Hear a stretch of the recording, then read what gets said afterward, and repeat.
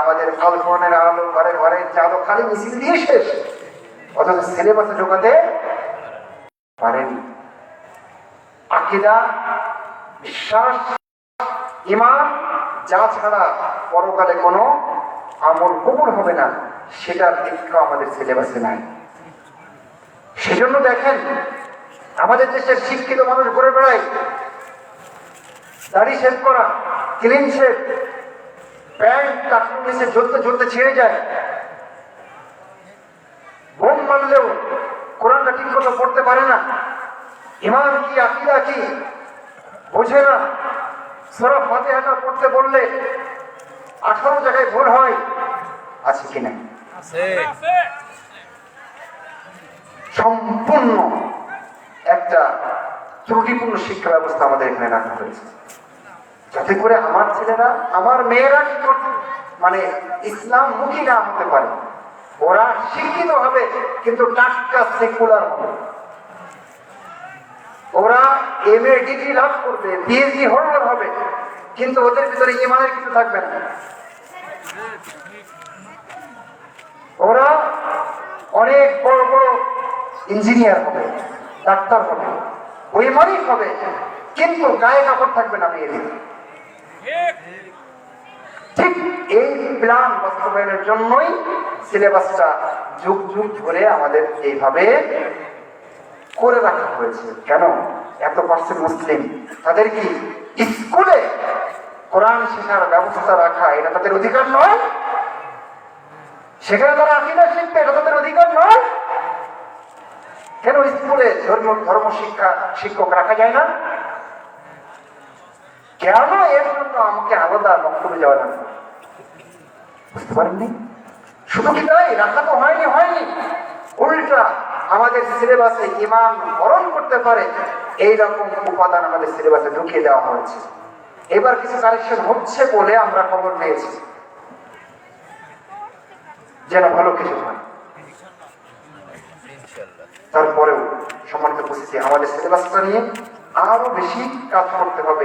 এর আগের সিলেবাসটা আপনারা জানেন, ওদিকে আমি যাচ্ছি না, সেখানে কি ছিল শরীফ আর গল্প আপনারা সবাই জানেন, কিভাবে জেন্ডার সেখানে সুকৌশলে ঢুকিয়ে দেওয়া হয়েছিল। এখনো সেই চক্র কিন্তু এখনো থেমে নাই, সেই চক্র এখনো কাজ করে যাচ্ছে অন্য নাম দিয়ে। এটাকে আমাদের ছেলেদের, আমাদের মেয়েদের মস্তিষ্কে ঢুকিয়ে দেওয়ার জন্য। সম্মানিত উপস্থিতি, খুব সাবধান হতে হবে। আপনার ছেলেটা হঠাৎ করে কোনোদিন এসে বলতে পারে যে আমি মেয়ে হয়ে গেছি, বাবা এখানে মেয়ে হয়ে গেছে। জি, এটা ওরা চায় না। সম্মানিত উপস্থিতি, আপনারা যারা আগে লেখাপড়া করেছেন, তারা পড়েননি অনন্ত অসীম প্রেমময় তুমি বিচার দিনের স্বামী, যত গুণগান হে চির মহান তোমারই অন্তর্জাত। সরল সঠিক কয়েক লাইন পরে গিয়ে কবি বলছেন, সরল সঠিক পূর্ণ পন্থা মোদের দাও গো বলি, চালাও সে পথে যে পথে তোমার প্রিয়জন গেছে চল। কি সুন্দর সুন্দর কবিতা ছিল আগে, তাই না? কে ওই শোনালো মোর আজানের ধ্বনি, মর্মে মর্মে সেই সুর বাজিল কি সুমধুর, আকুল হইল প্রাণ নাচিল ধমনী, কি মধুর আজানের ধ্বনি। কি দারুণ কবিতা! এই কবিতাগুলো আমাদের ছেলেদেরকে ঈমান জোগাতো, আধ্যাত্মিক করার জোগাতো, পরকালমুখী করত। চরিত্র গঠনের কোন সিলেবাস আছে? সিলেবাসে আমাদের সিলেবাস চরিত্র গঠনের কোন সিলেবাস আছে? নাই। আপনারা বলেন, এই গ্রামে, এই রইপাড়ার অঞ্চলে আগে কি হতো? আগে স্কুলের একটা ছেলে সাইকেল চালিয়ে যাচ্ছে, সভাপতি সাহেব হেঁটে আসছেন, ছেলেটা দূর থেকে সাইকেল থেকে নেমে গেছে, যে মুরব্বী মানুষ আসছে, সালাম আলাইকুম। মুরব্বী পার হয়ে গেছেন, সামনে গিয়ে তারপর আবার সাইকেল চালানো শুরু করেছে। আর এখন ওই যুবক, ওই তরুণ, ওই কিশোরী আছে, কিন্তু ওদের অবস্থা এমন হয়ে গেছে, আপনার গায়ে একটা ঠেলা দিয়ে ওর সাইকেল চালিয়ে নেন। আর আগেকার দিনে আমরা দেখেছি যে মুরব্বীদের কি সম্মান ছিল, তাই না? বিড়ি সিগারেট প্রশ্ন আসে না। মুরব্বীরা একটা যদি ছাড়ি দিত এলাকা ঠান্ডা, আর এখন স্টাইল করে তরুণ মুরব্বীর সামনে সিগারেট খায়। চিন্তা করতে পেরেছি? স্কুলের স্যারের দাম আছে, দাম দেয় ওরা কেন? কারণ ওইভাবে সিলেবাসটা বানানো হয়েছে যাতে করে এরা অভদ্র হয়, যাতে করে এরা নোংরা হয়, যাতে করে ওরা বেদিন হয়, যাতে করে ওরা ইমানহীন হয়, যাতে করে ওরা সেকুলার হয়, যাতে করে ওরা অন্যান্য মতবাদ এবং অন্যান্য যে সমস্ত মতাদর্শ আছে সেগুলো গ্রহণ করে। অথচ আমরা আগেকার সিলেবাসে কত সুন্দর দেখেছি শিক্ষামূলক কবিতা, তাই না? কুকুর আসিয়া এমন কামড় দিল পথিকের পায়, কামড়ের চোটে বিষ দাগ ফুটে বিষ লেগে গেল তার। ঘরে ফিরে এসে রাত্রে বেচারা বিষম ব্যথায় জাগে, মেয়েটি তাহার তারই সাথে হায়, জাগে শিওরের আগে। বাপের এসে বলে ভৎসনা ছলে, কপালে রাখিয়া হাত, তুমি কেন বাবা ছেড়ে দিলে তারে, তোমার কি লাইলা? কষ্টে হাসিয়া আর তো কহিল, তুই রে হাসালি মরে, দাঁত আছে বলে কুকুরের পায়ে দংশি কেমন করে। কুকুরের কাজ কুকুর করেছে, কামড় দিয়েছে পায়, তাই বলে কুকুরে কামড়ানো কিরে মানুষের শোভা পায়। ঠিক না? কি দারুণ কবিতা! গল্পটা শিখতো না আগে, সিলেবাসটা ছিল, স্কুলের শিক্ষকরা সেরকম সুন্দর ছিলেন। সকালে উঠে আমি মনে মনে বলি, সারাদিন যেন আমি ভালো হয়ে চলি। কি সুন্দর সুন্দর কবিতা! আর এখনকার কবিতা কি জানেন? আমি একটা কবিতা দেখেছিলাম মাদ্রাসা পড়ে, বলছে আমি একজন হিন্দুর লেখা কবিতা, আমার কবিতার লাইনগুলো মনে নাই, কিন্তু তার মর্মট হলো এই যে আমি আবার গাছ হয়ে ফিরে আসবো, আমি মরে যাচ্ছি কিন্তু আবার অমুক হয়ে ফিরে আসবো, এরকম একটা কবিতা সারমর্ম আছে, আপনারা দেখেছেন হয়তো। হ্যাঁ, এইটা সম্পূর্ণ ইসলামের সাথে সাংঘর্ষিক কবিতা, হিন্দুদের ধর্মের সাথে সম্পূর্ণ মিল। কারণ তারা বিশ্বাস করে মানুষ যখন মারা যায় তারা আবার ফিরে আসে। ভালো মানুষ হলে ভালো কিছু হয়ে ফিরে আসে, খারাপ হলে কুকুর হয়ে আসে, আরো বেশি খারাপ হলে শুয়োর হয়ে ফিরে আসে। ওই বিশ্বাসটা আমাদের মাদ্রাসার বোর্ডে ঢুকিয়ে দিয়েছে। কথা বুঝতে পারছেন? সম্মানিত উপস্থিতি, যাই হোক, আমি এদিক এতগুলো কথা বললে হয়তো বা জায়গা মতো যেতে পারব না। তো যাই হোক, আমার ছেলেকে, আমার মেয়েকে আমি এখানে এসে খবর পেয়েছি যে এখানে আজকে প্রায় 40 বছর প্লাস সময় অতিবাহিত হওয়ার পরে আজকে আমরা মাহফিল করতে পারলাম।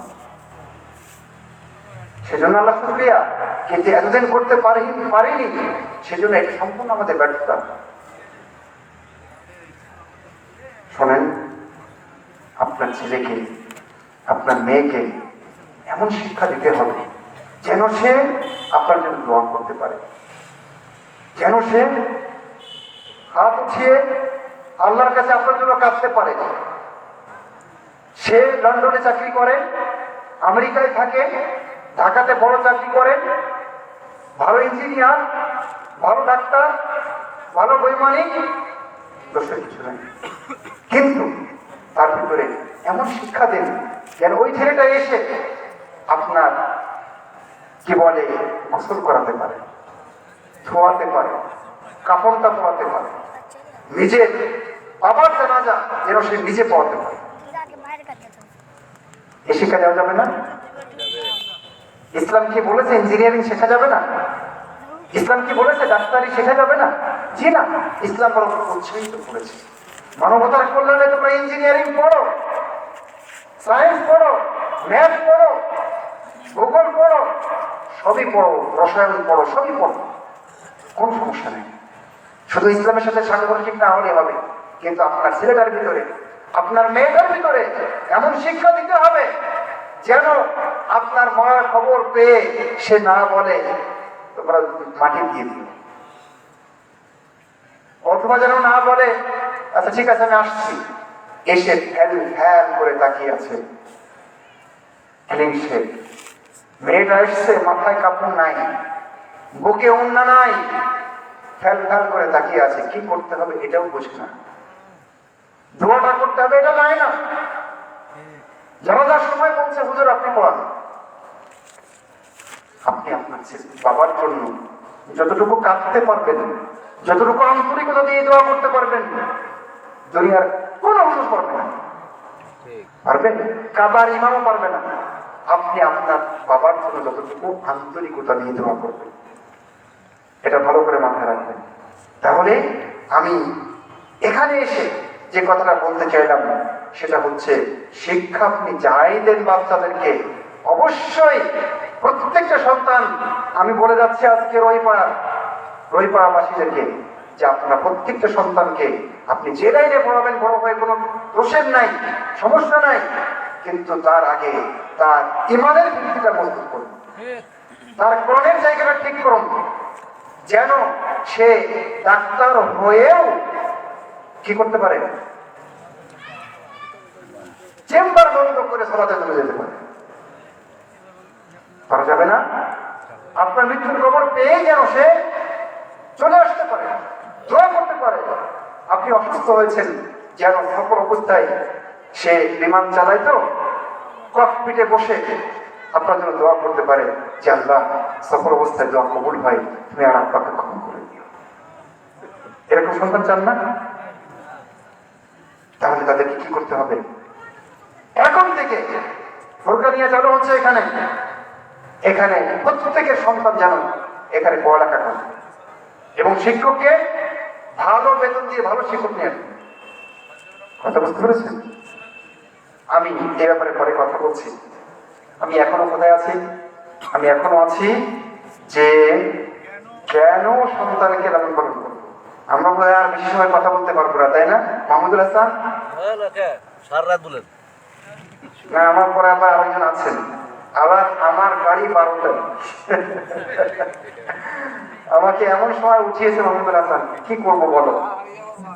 সম্মানিত উপস্থিতি, 9টার সময় উঠলে 2 ঘন্টা কথা বলতাম, 11টায় শেষ করতাম, পরের বক্তায় এসে ওনার মতো 1 ঘন্টা কথা বলতেন, খুব দারুণ হতো। কিভাবে যে সময়টা নষ্ট করলেন আল্লাহ জানে। আরেকদিন কথা বলবেন সম্মানিত উপস্থিতি। তাহলে আমি আর চ্যালেঞ্জ না যাই, অনেক চ্যালেঞ্জ আছে, অনেক সমস্যা আছে, এই জন্য আমাদের কি করতে হবে? বাচ্চা কাচ্চা লালন পালন করতে হবে, ঠিক যেভাবে লালন পালন করেছেন তারা নবী এবং রাসূল। দু একটা উদাহরণ দেই, তারপরে তার পরের অংশ চলে যাই। আমি 15 মিনিট আলোচনা শেষ করবো। আমার আলোচনা খুবই গুটিয়ে নিয়ে আসছি, ক্লোজ করে নিয়ে আসছি আলোচনা। নবী নূহ আলাইহিস সালামের নাম শুনেছেন কে কে? নবী নূহ আলাইহিস সালাম বলছেন, ইয়া বুনাইয়া ইরকাম মা'ানা ওয়া লা তাকুম মা'আল কাফিরিন। বলছেন বাবা, নূহ আলাইহিস সালাম যখন কিস্তি ভাসছে পানিতে, সন্তান পানিতে হাবুডুবু খাচ্ছে, মারা যাবে, সেই সময় নবী নূহ আলাইহিস সালাম বলছেন, ইয়া বুনাইয়া ইরকাম মা'ানা ওয়া লা তাকুম মা'আল কাফিরিন। বাবা, আমাদের সাথে নৌকায় চড়ো, দয়া করে কাফেরদের অন্তর্ভুক্ত হইও না। বাপের শেষ চেষ্টা, সারা জীবন চেষ্টা করেছেন ইসলামে আনার জন্য, আনতে পারেননি, ডুবে মারা যাচ্ছে। নূহ আলাইহিস সালাম নিশ্চিত জানেন কিস্তিতে যারা আছে কেবল তারাই বাঁচবে, দুনিয়াতে আর কেউ বাঁচবে না, সবাই শেষ হয়ে যাবে। শেষ চেষ্টাটাও নবী নূহ আলাইহিস সালাম করছেন সন্তানকে জাহান্নাম থেকে বাঁচানোর জন্য। কে চেষ্টা করছেন? কে? বাবা তো বটেই, আর কে? তিনি একজন অনেক বড় নবী এবং রাসূল। ঈদুল আজহাতে আপনারা একটা বক্তব্য শুনেন, আয়াতটা পড়ি। فلما بلغ معه السعي قال يا بني إني أرى في المنام أني أذبحك فانظر ماذا ترى قال يا أبت افعل ما تؤمر ستجدني إن شاء الله মিনাস সাবিরিন। যখন ইসমাঈল আলাইহিস সালাম বাপের সাথে চলতে ফিরতে পারেন, যখন বাপ বেটার মহব্বত জমে, ঠিক এই বয়সে ইব্রাহিম আলাইহিস সালাম বলছেন যে আমি স্বপ্ন দেখলাম তোমাকে জবাই করছি। ঘটনা আপনারা জানেন। তখন ইসমাঈল আলাইহিস সালামের ভূমিকা কি ছিল? পালিয়ে গিয়েছিলেন, বলেছিলেন ইয়া আবাতি ফাআল মা তুমার, আব্বু যা আপনাকে আদেশ করা হয়েছে সেটাই বাস্তবায়ন করুন। সাতাজিদুনি ইনশাআল্লাহ মিনাস সাবিরিন, আপনি আমাকে অচিরেই ধৈর্যশীলদের মধ্যে পাবেন। আমি পালাবো না, আমি কোথাও যাব না, আমি হারিয়ে যাব না। বলেন তো ইসমাঈল আলাইহিস সালাম এই মানসিকতা কিভাবে তৈরি হয়েছে? কিভাবে? বাপের প্রচেষ্টা, ঈমান শিখিয়েছে, আকীদা শিখিয়েছে, কিভাবে আল্লাহর উপরে তাওয়াক্কুল করতে হয় ইব্রাহিম আলাইহিস সালাম সেটা শিখিয়েছেন। সেই জন্য তো সন্তান এরকম হয়েছে। এইভাবে যুগে যুগে নবী রাসূল ভালো মানুষ যারা ছিলেন তারা লালন পালন করেছেন। আমি খুবই আজ দিয়ে দিয়ে যে একটা কথা বলছি, ওমর ইবনে খাত্তাব রাদিয়াল্লাহু তাআলা আনহুর নাম শুনেছেন? কে কে শুনেছেন? কে ছিলেন? কে বলবেন কে ছিলেন? ইসলামের দ্বিতীয় খলিফা। তাকে মেরে ফেলার ঘটনা আপনারা সবাই জানেন।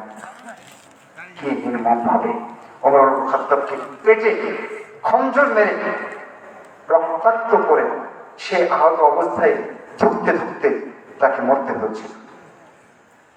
মরার আগ মুহূর্তে শেষের দিকে এসে তিনি শুয়ে আছেন, কাতরাচ্ছেন যন্ত্রণায়। এই সময় একজন ইয়াং ম্যান, তরুণ যুবক এসে দেখা করতে এসছে। দেখা করে যখন তরুণ ফিরে যাচ্ছে তখন ওমর রাদিয়াল্লাহু আনহু খেয়াল করে দেখছেন এই ছেলেটা টাকনুর নিচে কাপড় ঝুলে আছে। তিনি বলছেন রুদ্দু আলাইয়াল গোলাম, ছেলেটাকে ফেরাও আমার কাছে, ডাকো ওকে। তারপর তিনি বলছেন ইয়াবনা আম, হে ভাতিজা, ইরফা সাওবাক, কাপড় উঠাও, ফাইনাউ আতকা লিরাব্বিক ওয়া আনকা লিসাওবিক, কাপড় উঠাও, কারণ কাপড় উঠালে তোমার রবের তাকওয়া হবে, কাপড় উঠালে তোমার কাপড়টা বেশি দিন টেকসই হবে। মেসেজটা কি দিলাম আমি? মেসেজটা দিলাম ওমর ইবনে খাত্তাব কোন পরিস্থিতিতে যুব সমাজকে রক্ষা করার চেষ্টা করেছেন, যখন তার পেট দিয়ে রক্ত পুজ বেরোচ্ছে এই সময়। তাহলে আমাকে কি করতে হবে? আপনাকে কি করতে হবে? সম্মানিত উপস্থিতি, তাহলে আমরা এখন কি করব? আমি খুব সংক্ষিপ্ত করে 10 মিনিটের ভিতরে আমার কথা শেষ করি। আমাদের কি করতে হবে? আমাদের করতে হবে প্রথম কাজ, সেটা হলো আমরা তো কি করব? আমরা গাছ লাগাবো। গাছ লাগাতে গেলে কি করতে হয় বলেন? মাটি তৈরি করতে হয় আগে। মাটি উপযুক্ত না হলে ওখানে লাগানো যায় সবজি, ধান, চাল? তো আগে জমিন রেডি করতে হবে। জমিন রেডি করা মানে ভালো বউ লাগবে, ভালো বউ লাগবে। আল্লাহ রাসূল বলেছেন পুরো দুনিয়া সম্পদ, আর পুরো দুনিয়ার ভিতরে সবচেয়ে মূল্যবান সম্পদ হচ্ছে আল মারআতু সালিহা, ভালো নারী। মেয়েদেরকে আল্লাহ এবং আল্লাহ রাসূল কত করে উঠিয়েছেন, ইসলাম তাদের মর্যাদা কত বাড়িয়ে দিয়েছেন। আল্লাহ রাসূল বলছেন যে সৎ নারী হচ্ছে সবচেয়ে দামি সম্পদ। সেজন্য কি করতে হবে? সৎ নারীকে বিয়েতে আনার চেষ্টা করতে হবে। আপনার ছেলেকে বিয়ে দিবেন তো কি করবেন? ভালো মেয়ে, ভালো পাত্রী খুঁজে বের করবেন, সতী পাত্রী খুঁজে বের করার চেষ্টা করবেন। আল্লাহ রাসূল বললেন যে ফাফার বিযাতিদ দ্বীন তারিবাত ইলা, দ্বীনকে প্রাধান্য দেবে তাহলে সুখী হয়ে যাবে, তাহলে খুশি হয়ে যাবে, তাহলে ভালো থাকবে। সেজন্য ছেলেকে বিয়ে দেবেন, কি দেখবেন? কি দেখবেন? সরকারি চাকরি আছে কিনা, প্রপার্টি কি আছে, বাড়িঘর কি আছে, এগুলো আমি দেখতে না করছি না, এগুলো দেখবেন, কিন্তু আগে দেখবেন ছেলেটা মেয়েটার দিন আছে কিনা, মেয়েটা পর্দা করে কিনা, মেয়েটা পুষ্টি নুষ্টি করে কিনা, মেয়েটা কলেজে কার সাথে করে, মেয়েটার কোনো বয়ফ্রেন্ড আছে কিনা, মেয়েটা বাড়িতে কেমন ব্যবহার করে, মেয়েটা তার মাকে বাসায় সহযোগিতা করে কিনা, কতটুকু সাংসারিক, এটা দেখতে হবে। আল্লাহ রাসূল বলেছেন, যখন তোমাদের কারো কেউ বিয়ের প্রস্তাব নিয়ে আসে, যখন তার দিন এবং তার আচরণ যদি ঠিক হয়, তোমরা সন্তুষ্ট হও, তাহলে তার সাথে তোমাদের মেয়েটাকে বিয়ে দিয়ে দাও। যদি না করো, তাহলে দুনিয়াতে অনেক ফিতনা ফাসাদ ছড়িয়ে পড়বে। কথা বলা গেছে? ছেলেটা আসছে, আপনি জানেন ছেলেটা ভালো, আচার ব্যবহার অনেক ভালো, সে দিন মেনে চলে, আযান হলেই মসজিদে ছুটে যায়, মাঝে মাঝে উমরাতে যায়, কিন্তু টাকা নাই যে ওই জন্য বলে না না বিয়ে হবে না, আমি আমার মেয়ে এখন বিয়ে দেবো না। আল্লাহ রাসূল বললেন, এতে সমাজে ফিতনা ছড়িয়ে পড়বে। তাহলে প্রথম আমাদের মিশন কি, প্রথম করণীয় কি বলেন? ভালো মেয়ে দেখে, ভালো ছেলে দেখে আপনাদের ছেলে এবং মেয়েকে বিয়ে দিবেন, কারণ এরা হলো বীজ।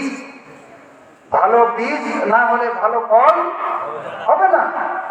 বিএডিসি দেখেন না, বীজ উৎপাদন করে, ভালো বীজ উৎপাদন করে কেন?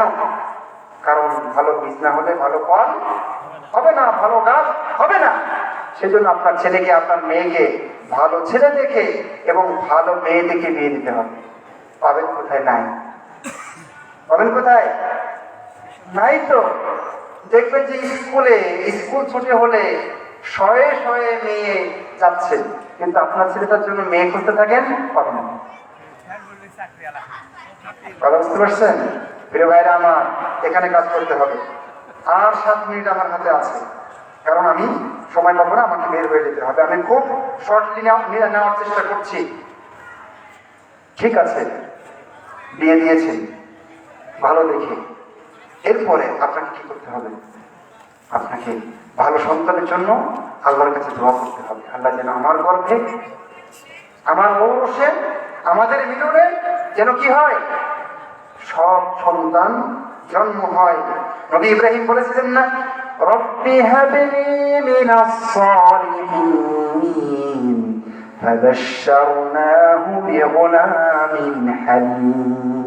বলেছিলেন না, আল্লাহ আমাকে সৎ সন্তান দান করুন।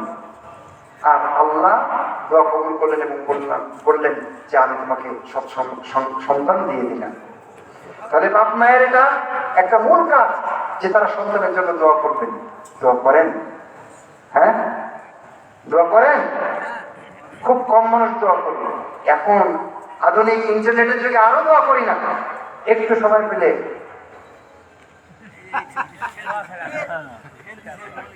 তাই না?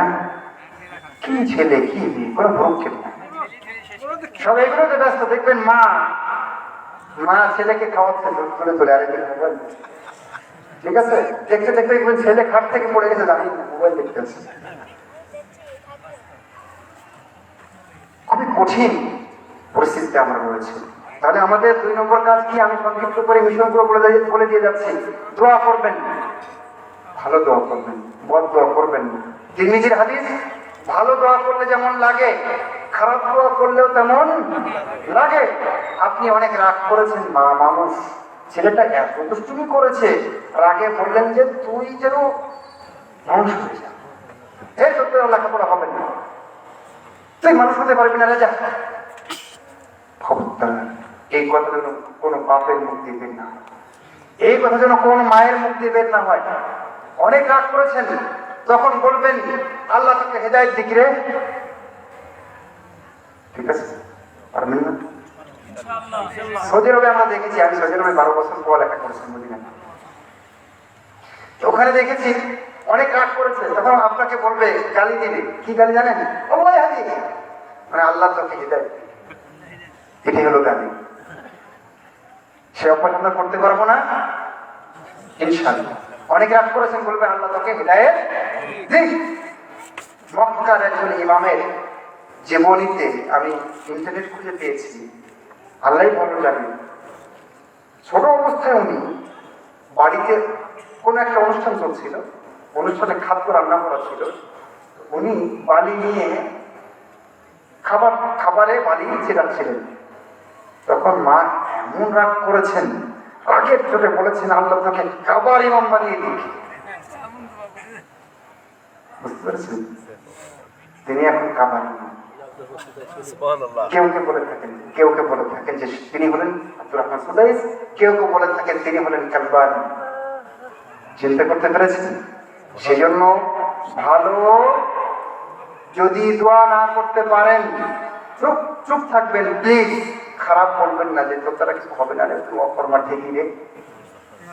এটাই বুমেরাং হবে ওর জীবনের জন্য। কথা বলা গেছে?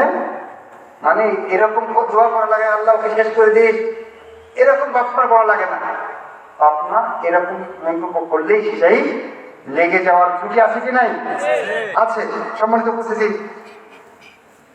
আমি শেষ করে দিচ্ছি, 3 মিনিট টাইম নেব।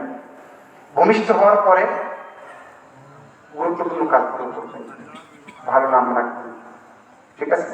না পল্টু আকিকা করবেন, ঠিক আছে? সপ্তম দিনে মাথার চুল নেড়া করে রৌপ্য সাতটা করে দিবেন, ঠিক আছে? তাহানিক যদি পারেন করতে পারেন। আরেকটা জিনিস, ছোটবেলা থেকে এক লুকমা খাবার হারাম দেবেন না। হারাম টাকা একটা ঘড়ি পর্যন্ত কিনে দেবেন না। হারাম টাকা একটা প্যান্ট পর্যন্ত কিনে দেবেন না। হারাম টাকা দিয়ে আপনার ছেলেকে আপনি বড় করতে চাইবেন, হবে না। ও ঘুষখোর হতে পারে, ভালো মানুষ হবে না, সম্ভাবনা কম। কথা বোঝা গেছে? এজন্য রাসূলুল্লাহ সাল্লাল্লাহু আলাইহি ওয়াসাল্লাম কি হাদিসে বলেছেন যে 1 দিনার আল্লাহর রাস্তায় খরচ করা, 1 দিনার দাস মুক্তির ক্ষেত্রে খরচ করা, 1 দিনার অন্যান্য ভালো কাজে খরচ করা, আর 1 দিনার তোমার পরিবারের জন্য খরচ করা, এটাই বেশি উত্তম। সেজন্য হালাল খাবারটা দেওয়ার চেষ্টা করবেন। ইমাম বুখারীর নাম শুনেছেন আপনারা? ইমাম বুখারীর নাম কি বলেন তো? না, মুহাম্মদ। তার বাবার নাম ইসমাইল। তার জীবনীতে আছে, ইসমাইলের জীবনীতে আছে, ইসমাইল ইমাম বুখারীর বাবা। তিনি যখন মৃত্যু শয্যায় শায়িত, তখন তার মেয়ে খুব কান্না করছে। তখন এই ইসমাইল ইমাম বুখারীর বাবা, তিনি বলছেন, লিমা তাবকি, আম্মু তুমি কাঁদছো কেন? আল্লাহর কসম করে বলি, আমার এই পেটে, তোমাদের পেটে কখনো 1 লুকমা হারাম খাবার আমি দিই নাই। তুমি কিসের জন্য কাঁদছো?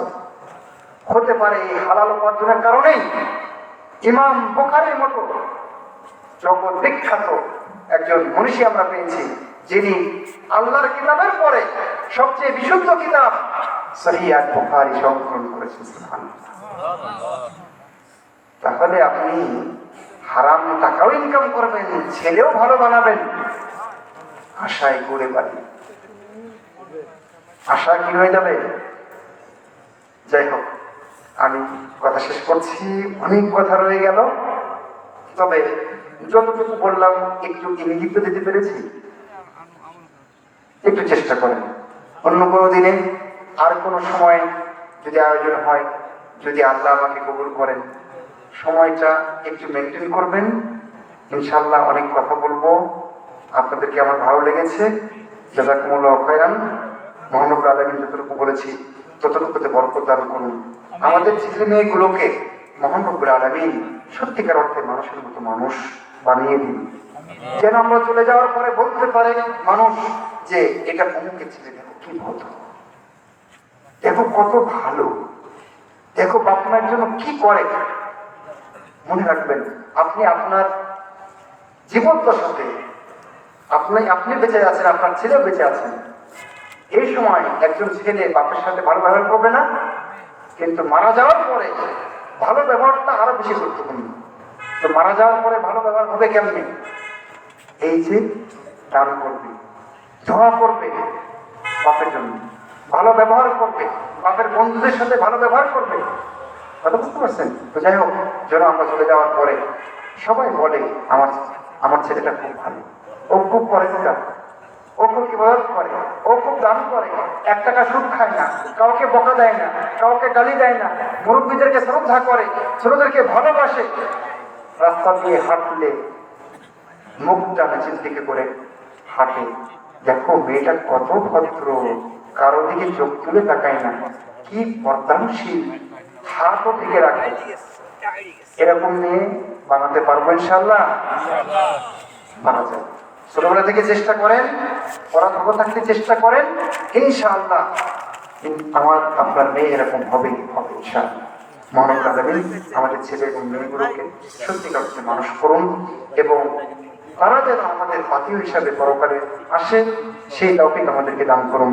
মহানবুল আলামিন এই জালসাকে কবুল করুন এবং এই জালসার যে উদ্দেশ্য সেটাকে কবুল করুন। তবে আমি যাওয়ার আগে এই ফুরকানিয়া ভালো করে চালাতে হবে। রাজি আছেন? হাফেজিয়া ফুরকানিয়া এটা ভালো করে চালাতে হবে। রাজি আছেন? তো কয় হাজার টাকা বেতন দেয়? আমি শুনলাম 7,500 টাকা বেতন দেয়। 7,500 টাকা বেতন দিয়ে ভালো শিক্ষক পাবেন? 20,000 টাকা বেতন দিয়ে শিক্ষক রাখার নিয়োগ করেন অন্তত, তাহলে সেই শিক্ষকের কাছ থেকে কিছু জিনিস পাবেন। শিক্ষা পাবেন, কোরআন শিক্ষা, আদবও পাবেন, আকীদা পাবেন, অনেক কিছু পাবেন।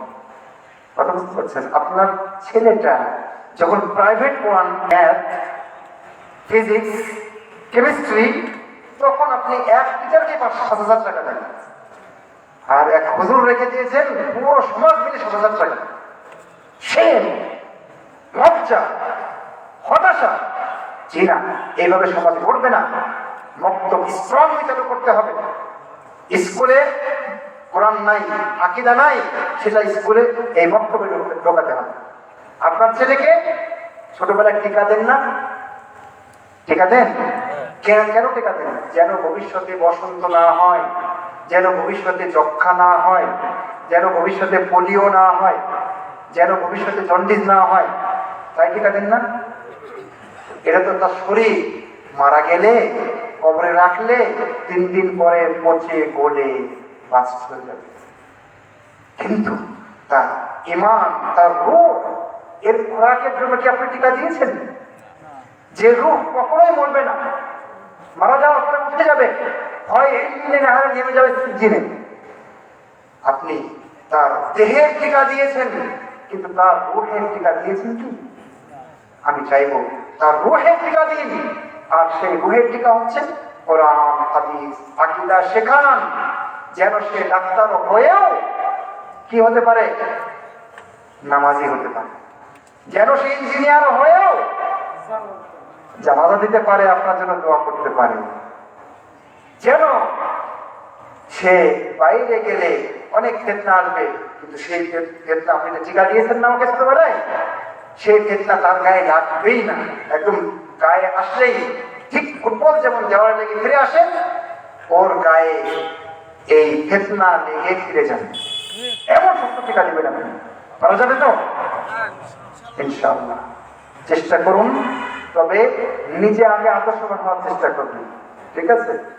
নিজে টানবেন, আর ছেলেই হাতে আগেই টানছেন। তবে একটু করে বলছেন, বাবা আপনি খাস না রে, খুব ক্ষতি করবে। ও বাপ বলে আপনার মুখে তো দেয়নি, মেনে দিত। নিজে আদর্শবান হন, তাহলে এমনি বাচ্চা কাচ্চা আদর্শবান হন, ঠিক আছে? মহানবুল আলামিন আমাদেরকে তৌফিক দান করুন। আমিন। আমি আকুলু কওলি হাযা ওয়া আস্তাগফিরুল্লাহ লি ওয়া লাকুম ওয়া লিসাইরিল মুসলিমিন। আসসালামু আলাইকুম ওয়া রাহমাতুল্লাহি ওয়া বারাকাতুহু। সম্মানিত হাজিরিন, আপনারা এরপরে আরেকজন আমাদের বক্তা আছেন, তার দুটো কথা শুনবো এবং আমরা আখিরি মনোজাত না করা পর্যন্ত এই মঞ্চ ছেড়ে কেউ যাবো না ইনশাআল্লাহ। আমরা লাস্ট পর্যন্ত আমাদের মানে আখেরি মনোজাত পর্যন্ত আপনারা দয়া করে থাকবেন এবং আপনারা যারা দান খয়রাত করতে এখনো দূরে আছেন তারা দান খয়রাত করতে পারেন।